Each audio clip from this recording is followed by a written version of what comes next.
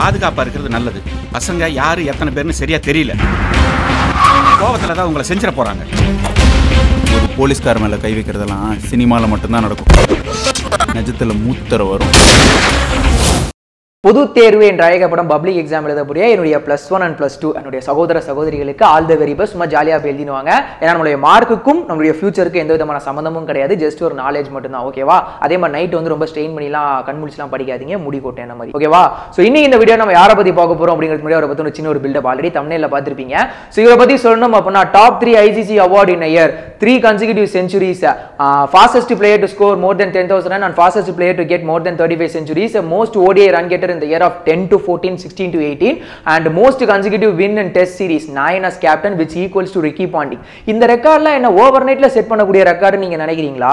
இல்ல மேட்ச் தோத்ததுக்கு அப்புறம் ஓவர் நைட்ல நீங்க பண்றீங்களே மீம்ஸ், ட்ரோல்ஸ், கிரிட்டிசிசம், இது மூலமா மக்களை மறக்கடிச்சலாம் தான் உங்களுக்கு தோணுதா? Yes, Virat Kohli the run machine, the king of modern cricket அப்படிங்கறாங்கல. சோ அவருடைய அந்த மோஸ்ட் அக்ரெசிவ் பிளேயர் எப்படி அடோரபிள் பிளேயர் ஆனாரு அப்படிங்கறத இந்த வீடியோல பார்க்க போறோம். 2008ல இந்தியா அண்டர்-19 வேர்ல்ட் கப் வந்து விளையாண்டு ஜெயிச்சிட்டு வராங்க எங்க மலேசியால. சோ ஜெயிச்சிட்டு வந்ததுக்கு அப்புறம் அப்ப யாருக்கும் பெருசா தெரியல, யார் அந்த சின்ன பையன் போய் ஜெயிச்சிட்டு வந்தான்னு சொல்லிட்டு எல்லாம் அப்படிதான் பார்த்தாங்க விராட் கோலியை. ஆனா அப்போ அவங்க யாருக்குமே தெரியாது இவன் தான் இன்னைக்கு கிரிக்கெட்டோட ஒரு முடிசூடா மன்னனா இருக்க போறான் அப்படின்னு சொல்லிட்டு. Yes, he is now the chakravarthy of cricket அப்படின்னு கூட சொல்லலாம். மாடர்ன் கிரிக்கெட்ல சச்சினுக்கு நிகரா கம்பேர் பண்ணக்கூடிய one of the best player இந்த வேர்ல்ட்னா விராட் கோலி தான். பட் நிறைய பேர் வந்து சொல்லியிருக்காங்க அவரை வந்து சச்சினோட கம்பேர் பண்ணாதீங்க, he is the first கோலி அப்படின்னு சொல்லிட்டு. நானும் அதே தான் சொல்லுவேன். ஏன்னா அவங்க ரெண்டு பேர் விளையாண்ட காலகட்டங்கள் வேற. ஓகேவா? அதுக்கு அடுத்தது வந்து சச்சின் அப்படிங்கிறவர் பார்த்து எல்லாருமே இன்ஸ்பயர் ஆகி பேட்டை தூக்காத ஆளே கிடையாது. அவரை மாதிரியே பார்த்து அவரை மாதிரியே ஷாட் விளையாண்டவர் தான் விராட் கோலி. பட் அதுக்கப்புறம் கொஞ்சம் கொஞ்சமா அவருக்கு ஓன் செட் ஆஃப் ஸ்டைல் கொண்டு வந்திருக்காரு. இன்னைக்கு அவர் பேட்டிங்ல ஸ்ட்ரைக்ல இருக்காருன்னா அந்த பேட்டிங்ல அவ்வளவு ஸ்டைல் இருக்கும். அதுக்கேற்ற மாதிரி அவர் ஆடுற ஒவ்வொரு ஷாட்டுமே வந்து பாத்தீங்கன்னா ரொம்ப ஸ்டைலிஷா இருக்கும். அதுலயும் அவர் எல்லா மேட்ச்லயும் பாத்தீங்கன்னா ஏதாவது ஒரு ஷாட் வந்து அவர் அடிச்சு நம்ம மனசுலயே நின்றோம். அந்த மேட்ச் நம்ம நினைச்சாலே அந்த ஒரு ஷாட் மட்டும் நம்ம மைண்ட்ல ஸ்ட்ரைக் ஆகும். அந்த அளவுக்கு ஒரு ஸ்டைலிஷான பிளேயர் அப்படின்னு சொல்லலாம். அண்ட் இன்னைக்கு அவருடைய ஃபுட் ஒர்க்கை பார்த்து சச்சினே மெச்சுறாருன்னா பாத்துக்கங்களேன். அதே மாதிரி இந்த ஸ்லெட்ஜிங் அப்படிங்கிற ஒரு விஷயம் இருக்கு தெரியுமா? இந்த ஸ்லெட்ஜிங்கோட பிறப்பிடம், பிதாமகன், அப்பன், காட்ஃபாதர் எல்லாமே இந்த ஆஸ்திரேலியாக்காரன் தான். அவன் எப்பேற்பட்ட நாட்டு கூட விளையாண்டாலும் இந்த ஸ்லெட்ஜ் பண்ணி ஜெயிக்கிறது தான் அவனுடைய அந்த தந்திரம் அப்படின்னு சொல்லுவாங்கல்ல, ராஜதந்திரம். அது அவனோட அதுதான். ஸோ இந்த மாதிரி வந்து ஸ்லெட்ஜ் பண்ணும்போது சச்சின்ட்ட தான் முன்னாடி ஸ்லெட்ஜ் பண்ண எல்லாருமே பயப்படுவாங்க. ஒரு பிளேயர் வந்து சச்சினை வந்து ஸ்லெட்ஜ் பண்ணி விக்கெட் எடுத்துட்டாங்கன்னு வைங்களேன், அதுக்கு அடுத்த இன்னிங்ஸ்ல அவன் பால சும்மா சச்சின் உரின்னு உரிச்சு தள்ளிடுவாரு. இதை வந்து ஷேன் வார்னேவே ஒரு இன்டர்வியூல வந்து சொல்லியிருக்காரு. அதுக்கு அடுத்தபடியா வந்து நம்ம விராட் கோலிட்ட வந்து ஸ்லெட்ஜ் பண்ண கொஞ்சம் எல்லாருமே பயப்படுவாங்க. அவர் விக்கெட் எடுத்ததுக்கு அப்புறம் சந்தோஷப்படுறது வேற, ஸ்லெட்ஜ் பண்ணி விக்கெட் எடுக்கிறது வேறல்ல. சோ ஸ்லெட்ஜ் பண்ணி அந்த மாதிரி யாராவது விக்கெட் எடுத்துட்டாங்கன்னு வைங்களேன், அதுக்கு அடுத்த இன்னிங்ஸ் மாட்டினாங்கன்னா அப்படியே சாத்துக்குடி தோலை உரிக்கிற மாதிரி உரிச்சு தள்ளிடுவாரு. இன்ஃபேக்ட் என்னன்னா சச்சின் வந்து வெறும் பேட்ல மட்டும் தான் பதில் சொல்றாரு. ஆனா நம்ம கோலி வந்து வாயிலையும் பதில் சொல்லுவாரு, பேட்லயும் பதில் சொல்லுவார். விராட் கோலி என்ன பெரிய அக்ரெசிவான பிளேயர், ரொம்ப ஆட்டிடியூட் காட்டுவான், சீன் காட்டுவான். நீ அவனுக்கு சும்மா ஜால்ரா தட்டாத அப்படின்னு நிறைய பேர் நீங்க நினைக்கலாம். நம்மளுடைய தோனிக்கு முன்னாடி இருந்த கேப்டனா இருந்தது நம்மளுடைய கங்குலி. அவர்னால தான் இன்னைக்கு இந்தியன் டீம் இந்த அளவுக்கு வந்திருக்கு. நிறைய டேலண்டடான பிளேயர்ஸை கொண்டு வந்ததுல அவருக்கு ஒரு முக்கிய பங்கு இருக்கு. ஆனா அது எல்லாத்தையும் தாண்டி ஒரு ஆன் ஃபீல்ட்ல வந்து பாத்தீங்க அப்படின்னா ரொம்பவே அக்ரெசிவா இருந்திருப்பார். நிறைய தடவை நீங்க பார்த்திருப்பீங்க.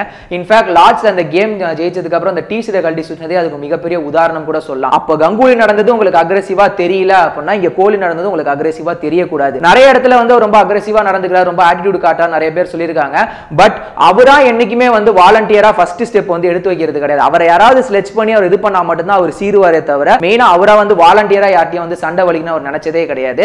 And is one of the most responsible batsman அப்படின்னு கூட சொல்லலாம். ஏன்னா என்னைக்கு ஒரு பேட்ஸ்மேன் வந்து ஒரு டாப் கிளாஸ் பேட்ஸ்மேன் நம்ம சொல்லுவோம் அப்படின்னா எந்த ஆர்டர்ல இறக்கி விட்டாலும் சும்மா அவனுடைய கேம் மாறவே கூடாது, அப்படி இருக்கணும், அவன் தான் பேட்ஸ்மேன் அப்படின்னு சொல்லுவாங்க. அதே மாதிரி தான் விராட் கோலி. நீங்க டாப் ஆர்டர்ல இறக்கி விட்டாலும் சரி, மிடில் ஆர்டர்ல இறக்கி விட்டாலும் சரி, இல்ல லோயர் ஆர்டர்ல இறக்கி விட்டாலும் சரி, அவருடைய கேம் அப்படிங்கிறது என்னைக்குமே மாறினதே கிடையாது. அவருடைய அந்த ஸ்டைலும் சரி, அந்த கேமும் சரி, ஒரே மாதிரி அந்த performance and run getting towards the nation and getting scores அப்படிங்கிற ஒரு விஷயத்தை நோக்கி தான் அவர் வந்து பயணிச்சுக்கிட்டே இருப்பார். இன்ஃபேக்ட் சொல்ல போனோம் அப்படின்னா தோனி தான் வந்து நம்ம கோலி அவர்களுக்கு 1 டவுன் அப்படிங்கிற ஸ்பாட்டை வந்து ஃபிக்ஸ் பண்ணி அவர் இறக்கி விட்டாரு. அதுக்கப்புறம் அந்த கேமை வந்து அவர் எந்த அளவுக்கு தெரிஞ்சுக்கிட்டாரு, அந்த கேம் நாலேஜ் எப்படி அண்டர்ஸ்டாண்ட் பண்ணிக்கிட்டாரு, அந்த பொசிஷன் எவ்வளவு ரெஸ்பான்சிபிளான பொசிஷன்ங்கிறத புரிஞ்சுக்கிட்டாரு அப்படிங்கிறது அவர் விளையாடக்கூடிய ஒவ்வொரு மேட்ச்லயுமே உங்களுக்கு தென்படும். ஏன்னா இதுக்கு முன்னாடி சச்சினும் சேவாகும் ஆடும்போது முக்காவாசி டிராவிட் அவர்கள் தான் 1 டவுன் இறங்குவாங்க. ஏன்னா ஒரு டிஃபென்சிவான பிளேயர் தேவைப்படும். ஃபர்ஸ்ட் யாருமா ஃபர்ஸ்ட் ஓவர்ல விக்கெட் விட்டோம்னு வைங்களேன், எல்லாருக்கும் வந்து டக்குன்னு மத்த பிளேயர்ஸோட கான்ஃபிடன்ஸ் வந்து உடஞ்சிருங்கிறதுக்காக ஒரு டிஃபென்சிவான பிளேயர் வச்சிருப்பாங்க. பட் விராட் கோலி வந்ததுக்கு அப்புறம் தான் அவன் டிஃபென்சிவா இருக்கணும்லாம் அவசியம் கிடையாது. அவன் கேம் விளையாண்டா போதும்டா, எப்படி இருக்கா மத்த பிளேயர்ஸ் அந்த கான்ஃபிடன்ஸ் தானா வரும்னு சொல்லிட்டு மத்த பிளேயர் கேரியருக்கு ஒரு பூஸ்ட் கொடுக்குற மாதிரி அவருடைய பெர்ஃபார்மன்ஸ். சச்சின் கிரவுண்ட்ல இறங்கினா ஒரு செஞ்சுரி ஸ்கோர் பண்ணுவாருன்னு சொல்லிட்டு எப்படி மக்கள் கிட்ட இருந்து ஒரு ட்ரஸ்ட் ஃபேக்டரை வந்து அவர் கெயின் பண்ணாரோ அதே மாதிரியான ட்ரஸ்ட் ஃபேக்டர் தான் இப்ப விராட் கோலியும். ஒவ்வொரு மேட்ச் அவர் இறங்கும் போது கண்டிப்பா ஒரு செஞ்சுரி ஸ்கோர் பண்ணுவான்னு சொல்லிட்டு எல்லாருமே வந்து எதிர்பார்த்துக்கிட்டு இருக்காங்க. ஆனா அந்த எதிர்பார்ப்பையும் முக்காவாசி அவர் பூர்த்தி பண்ணிக்கிட்டே இருக்காரு. பட் அதுக்கு பின்னாடி இருக்கிற ஹார்ட் ஒர்க் என்ன அப்படிங்கிறது அவருக்கு மட்டும்தான் தெரியும்.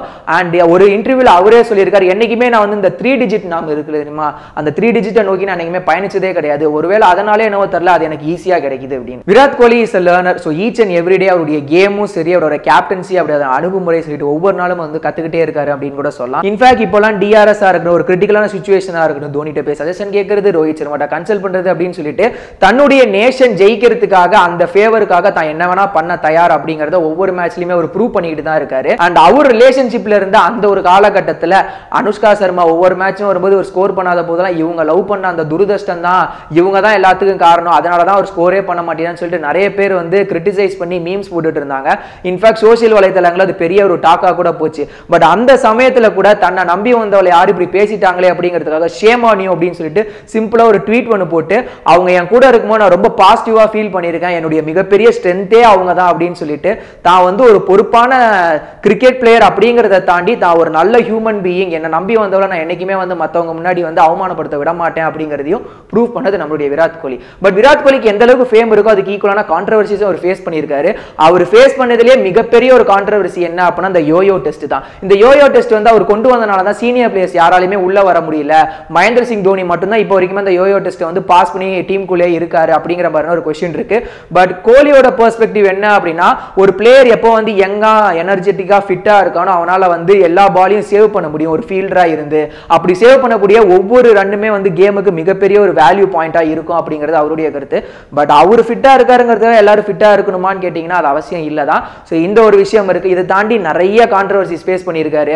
ஆஸ்திரேலியாவோட ஸ்டீவன் ஸ்மித்தோட கான்ட்ரவர்சிஸ், ஐபிஎல் கம்பீரோட கான்ட்ரவர்சிஸ் எல்லாமே ஒரு ஹீட் ஆஃப் த மூமெண்ட்ல நடக்கிறதே தவிர எதுவுமே வந்து பிளான் பண்ணி நடக்கிறது கிடையாது. Highly entertaining team in IPL என்ன அப்படின்னு கேட்டா எல்லாருமே சொல்றது வந்து ராயல் சேலஞ்சர்ஸ் பெங்களூர். ஏன்னா அவங்க டீம்ல வந்து பேட்டிங் பயங்கர ஸ்ட்ராங்கா இருப்பாங்க, அதுக்கு ஈக்குவலா பவுலிங் வந்து பயங்கர வீக்கா இருக்கும். Virat Kohli and AB de Villiers இவங்க ரெண்டு பேரும் இங்கிட்ட என்ன அளவுக்கு ரன்ஸ் வந்து அடிச்சு ஸ்கோர் பண்றாங்களோ அதுக்கு ஈக்குவலா நம்மளுடைய பவுலர்ஸ் வந்து பாரி விளையாடுற மாதிரி ரன்ஸ் வந்து வாரி வழங்கிக்கிட்டே தான் இருப்பாங்க. இன்ஃபேக்ட் இவங்க ரெண்டு பேரும் விக்கெட் எடுத்துட்டோம் அப்படின்னா ஆர்சிபிங்கிற டீம் வேற எதுவுமே கிடையாது அப்படிங்கிற மாதிரி கூட ஃப்ரேம் ஆயிருக்கு.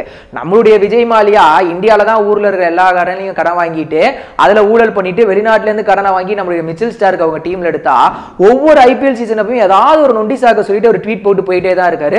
பட் இந்த சீசன் அவர் வந்து இந்த ஆர்சிபிக்காக விளையாடுவாரா என்னன்னு தெரியல. மேபி விளையாண்டாரு அப்படின்னா கண்டிப்பா ஆர்சிபி ஜெயிப்பதற்கான ஆப்பர்ச்சுனிட்டிஸ் நிறைய மேட்சஸ்க்கு வந்து அவங்களுக்கு பாசிபிலிட்டிஸ் வந்து அதிகமாகவே இருக்கும் அப்படிங்கிறதுல எந்த விதமான மாற்று கருத்தும் கிடையாது. அண்ட் இந்த வருஷம் ஐபிஎல் ஃபர்ஸ்ட் மேட்சே வந்து பாத்தீங்க அப்படின்னா சிஎஸ்கே வர்சஸ் ஆர்சிபி தான். லைட் ஆஃப் ஃபிங்கர்ஸ் கிராஸ் அப்படின்னு கூட சொல்லலாம்.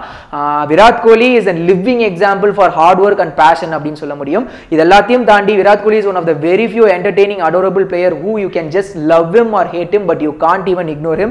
2019ல தான் இப்போ வேர்ல்டு கப்பும் நடக்க போகுது. சாம்பியன்ஸ் ட்ரோஃபில நடந்த மாதிரி கோச் கூட எல்லாம் சண்டை போடாம அவங்க சொன்னதெல்லாமே அனுசரிச்சு எப்படி நம்மளுடைய சச்சினுக்கு வந்து தோனி வந்து கப்பு வாங்கி கொடுத்தாரோ அதே மாதிரி கோலி வந்து தோனிக்கு வந்து அந்த கப்பை வாங்கி கொடுக்குறாரான்னு காத்திருப்போம். இதே மாதிரி ஐபிஎல் 2019 ஸ்பெஷல் அப்படிங்கிற பேர்ல என்டர்டெய்னிங் பிளேஸ் ஒவ்வொருத்தரா நாங்க பண்ணிட்டு இருக்கோம். அந்த வகையில மகேந்திர சிங் தோனியை பத்தி நாங்க பண்ணியிருக்கோம். அதை நீங்க பார்க்கல அப்படின்னா அதுக்கான லிங்க் கீழே உள்ள டிஸ்கிரிப்ஷன் as well as இந்த ஃபர்ஸ்ட் கமெண்ட் பாக்ஸ்ல இருக்கு.